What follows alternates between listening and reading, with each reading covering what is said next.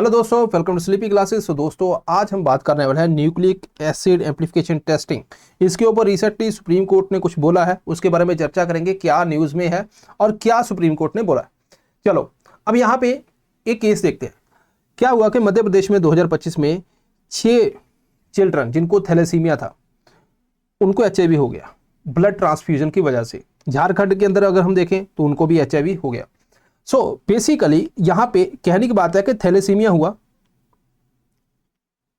ठीक है, उसकी वजह से उनको HIV हो गया। अब इसका मतलब क्या है, देखो नॉर्मली अगर हम देखें तो thalassaemia is a blood disorder. यहां पे क्या होता है, हीमोग्लोबिन आपकी बॉडी में कम बनता है। अब हीमोग्लोबिन कम बन रहा है तो इट मीन्स के ऑक्सीजन कैरिंग कैपेसिटी कम हो जाएगी, क्योंकि हीमोग्लोबिन बहुत इंपॉर्टेंट है। और ऐसे लोगों को जिनको थैलेसीमिया है, जेनेटिक डिसऑर्डर है, उनको ब्लड ट्रांसफ्यूजन की जरूरत पड़ती है। मतलब उनको ब्लड चढ़ाया जाता है हर 15 से 20 दिन में। अब ये केस ऐसा हुआ कि भाई इनको जब ब्लड चढ़ाया गया तो उस ब्लड में HIV वायरस था और उसके बाद इनको हो गया। अब यही केस जो है अगर आप देखोगे तो आप कहोगे कि सर जो ब्लड है वो सही नहीं था, कि ब्लड चढ़ाया गया तो ये चेक करना चाहिए था, टेस्टिंग होनी चाहिए थे, ब्लड बैंक को देखना चाहिए था कि वो जो ब्लड उनके पास है क्या वो इन्फेक्टेड है। तो इसी का केस जो है कोर्ट के अंदर गया।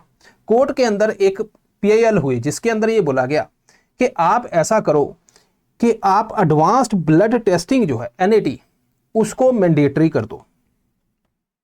अब यहां पे सवाल आता है कि यहां पे जो ब्लड था उसको चेक कैसे किया। इस ब्लड को जो चेक किया गया वो था सीरोलॉजिकल टेस्ट से। हम सीरोलॉजिकल टेस्टिंग करते हैं, ठीक है, क्योंकि हमारा जो ड्रग कॉस्मेटिक एक्ट है उसके अंदर लिखा है कि सीरोलॉजिकल टेस्टिंग तो मैंडेटरी है। उसके बाद बाकी की बाद में बात करेंगे। अब ये सीरोलॉजिकल टेस्टिंग ने इसको चेक किया था कभी इसके अंदर कुछ है या नहीं है, ठीक होगी बात। तो ये तो ऑलरेडी है। जो कोर्ट के अंदर केस गया उसने बोला कि न्यूक्लिक एसिड एम्प्लीफिकेशन टेस्टिंग इसको मैंडेटरी करो। अभी क्या चल रहा है ये वाला, इट मींस कि कुछ ना कुछ तो इसमें इशू होगा, तभी जाके ये बोला गया कि इसको मैंडेटरी करो। ठीक होगी बात। तो यहां तक आपको स्टोरी क्लियर है। ओके, अब यहां पे थोड़ा सा चलते हैं कि भाई कोर्ट के अंदर केस गया तो उन्होंने बोला मैंडेटरी कर दो। तो कोर्ट ने कहा यार हम मेडिकल एक्सपर्ट नहीं है, पहली बात, ठीक है, तो इसीलिए हम जो है इसको नहीं कर सकते। आप जो है केस को स्टेट यूटी हेल्थ अथॉरिटीज के पास लेके जाओ, हमारे पास इतनी एक्सपीरियंस नहीं है। जो PIL थी उसमें यह भी आर्गूमेंट किया गया कि भाई क्योंकि जो राइट टू ब्लड जो है वो आर्टिकल 21 का पार्ट है, क्योंकि राइट टू हेल्थ है, ठीक है।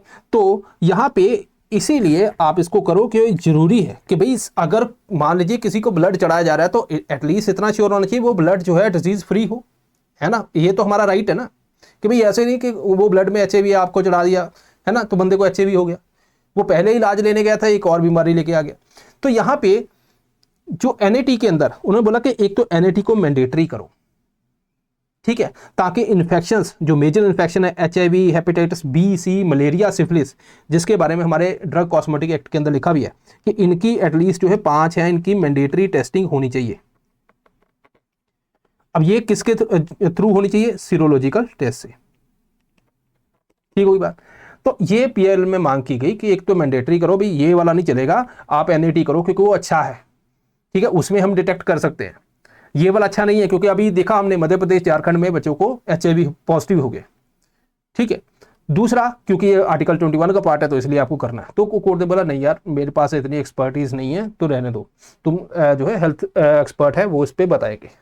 करंट स्टेटस क्या है, करंट अगर मान लीजिए कोई ब्लड देता है तो ब्लड बैंक क्या करती है अभी तक। Blood bank drug cosmetic act, ठीक है, ड्रग कॉस्मेटिक रूल्स, उसके हिसाब से क्या है, सीरोलॉजिकल टेस्टिंग होगी। कोई ब्लड बैंक में आया तो उसका कुछ टेस्ट होता है कि इसमें कोई डिजीज तो नहीं है। कौन सी, 5 कौन सी, hepatitis B, C, HIV, syphilis, malaria, ठीक है, इसको टेस्ट करते हैं। किस टेस्ट से करते हैं, सीरोलॉजिकल, ठीक है। क्या होता है मैं अभी बताऊंगा, ठीक है। तो डिमांड क्या की गई थी, न्यूक्लिक एसिड एम्प्लीफिकेशन टेस्टिंग की, विच इज गोल्ड स्टैंडर्ड। ये बहुत अच्छा टेस्ट है, ये उसको पकड़ लेता है बीमारी, ठीक है। कैसे करता है चलिए देखते हैं। ओके, अब यहाँ पे इससे पहले दोस्तों यहाँ पे उससे चेक करने के से पहले 25% फ्लैट ऑफ है स्लीपी क्लासेस के 1 से 5 अप्रैल तक, ठीक है। कोड यूज कर रहे हैं नेक्स्ट टॉपर, तो आपको मिल जाएगा। कोई भी कोर्स पसंद है आप स्लीपी क्लासेस की वेबसाइट पे विजिट करके इसको बेनिफिट ले सकते हैं। चलो, क्यों टेस्टिंग जरूरी है, बिकॉज NAT इज बेटर, ये बात होगी। अब सवाल आता है कि क्यों बेटर है, चलो देखते हैं उसको। दो टेस्ट है अपने पास करंटली, क्या है करंटली, सीरोलॉजिकल है। कैसे काम करता है देखते हैं। सीरोलॉजिकल के अंदर हम क्या चेक करते हैं, हम चेक करते हैं एंटीजन एंटीबॉडी, ठीक है। अब जैसे कोविड की एग्जांपल लेता हूं, कोरोना वायरस जो था वो क्या था, एक एंटीजन था।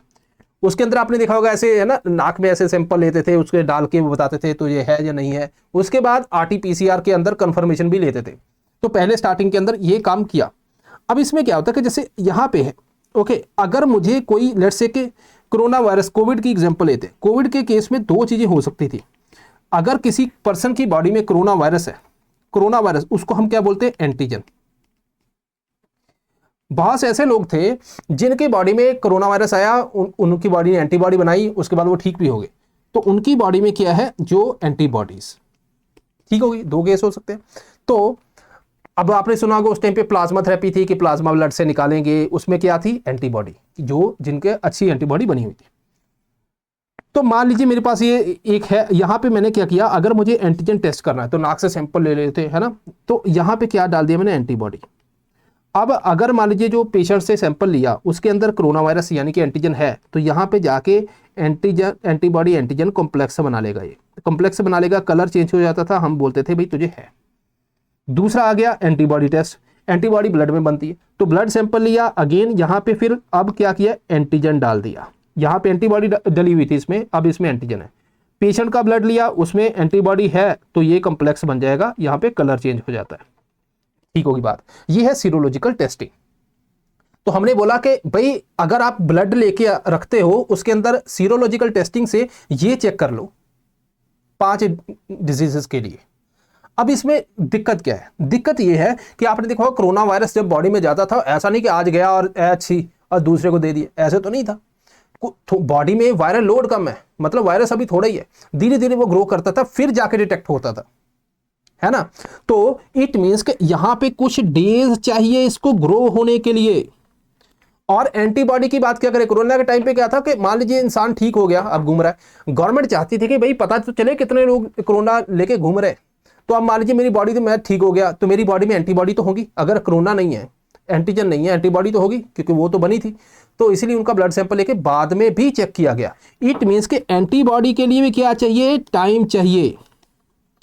अब सवाल ये आता है कि मान लीजिए कोई पेशेंट जो है वो ब्लड दे के जाता है, अब वो जो ब्लड है उसने दिया, उससे थोड़ा टाइम पहले उसके बॉडी में HIV, हेपेटाइटिस B, C, है ना, या बाकी जो डिजीज थी वो ट्रेवल की, तो वो टेस्टिंग में, सीरोलॉजिकल टेस्टिंग में क्या आएंगी, बिल्कुल नहीं, बिकॉज इसको थोड़ा टाइम चाहिए, टाइम चाहिए इनको।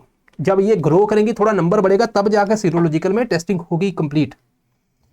तो अब सवाल आता है कि ऐसे बहुत से ब्लड सैंपल हैं, अब आपको डर लगने लग गया होगा है ना, कि भाई ब्लड सैंपल है ना, इधर से हम लेते हैं, वो सीरोलॉजिकल करते हैं, भाई लेने के देने पड़ जाएंगे। बात सही है मजाक नहीं कर रहा।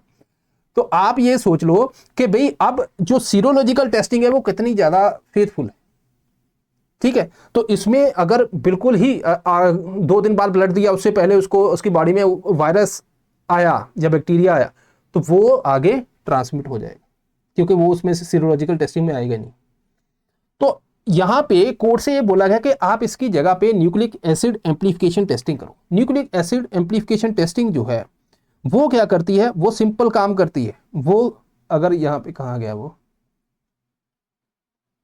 हाँ, तो वो क्या करती है, न्यूक्लिक एसिड एम्प्लीफिकेशन टेस्टिंग क्या करती है, ब्लड के अंदर चाहे genetic material, virus, bacteria, DNA, RNA, उसको एम्प्लीफाई करती है टेस्टिंग के लिए, कि मतलब थोड़ा सा ही है, अभी तो वायरस आया है, थोड़ा सा है, उसको एम्प्लीफाई करती जाएगी, हो गया, अमाउंट बढ़ गई, अब उसको डिटेक्ट कर लेगी। तो मतलब यहां पे ऑलमोस्ट 100% डिटेक्ट हो जाता है। अगर अभी आया है, वायरस आया ही है, तब भी चेक हो जाएगा। यहां पे क्या है, वायरस आया है पर नंबर ग्रो होगा तब जाके होगा। तो उन्होंने बोला कि इसको कर दो।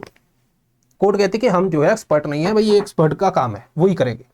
अब यहां पे क्विकली इन दोनों में डिफरेंस देख लेते हैं। हमने ऑलरेडी जो है इसको कर लिया है कवर, तो यहां पे देखते हैं। अब यहां पे क्या है, सीरोलॉजिकल टेस्टिंग, इसके अंदर क्या है, एंटीबॉडी, एंटीजन, ये मैंने आपको बता दिया, दोनों तरीके से होता है। यहां पे अगर हम न्यूक्लिक एसिड एम्प्लीफिकेशन की बात करें, वायरस का DNA या RNA, चाहे आप बैक्टीरिया का डिटेक्ट करना वो भी कर सकते हैं। विंडो पीरियड ये कुछ दिन बाद चेक होता है, यहाँ पे इटसेल्फ ऐसे ही चेक हो जाता है, क्योंकि उसको चेक करना थोड़ा सा, उसको हम एम्पलीफाई खुद कर लेंगे, इससे पहले वो बॉडी में हो। एक्यूरेसी, इसमें फॉल्स नेगेटिव आने के चांसेस है ना, जो केसेस देखे गए। यहाँ पे लो वायरल लोड है तब भी ये चेक हो जाएगा। Risk, reduction in blood transfusion, यहाँ पे रिस्क तो रहता है यहाँ पे ऑलमोस्ट जीरो। अब तो है ना, ये पढ़ के लगता है कि यार कहीं हमें ब्लड की जरूरत पड़ गई, तो इसलिए जो अपने रिलेटिव हैं उनसे ले लो, ठीक है। कॉस्ट, चीपर, ये एक्सपेंसिव। तो अब ये एक्सपेंसिव है तो इसको मैंडेटरी करना अगेन एक इशू है। हालांकि कुछ हो सकता है लैब जो है एनएटी करती हो, ठीक है, कि ऑलरेडी करती है, क्योंकि ये ऑप्शनल है, वो कर सकती है, बट मैंडेटरी करना जो एक्सपेंसिव है तो दिक्कत दोबारा आ जाएगी। सो दिस इज ऑल, हमने सारे एंगल कवर किए। सो आई होप कि आपको समझ आया होगा। मिलते हैं नेक्स्ट टाइम। Thank you.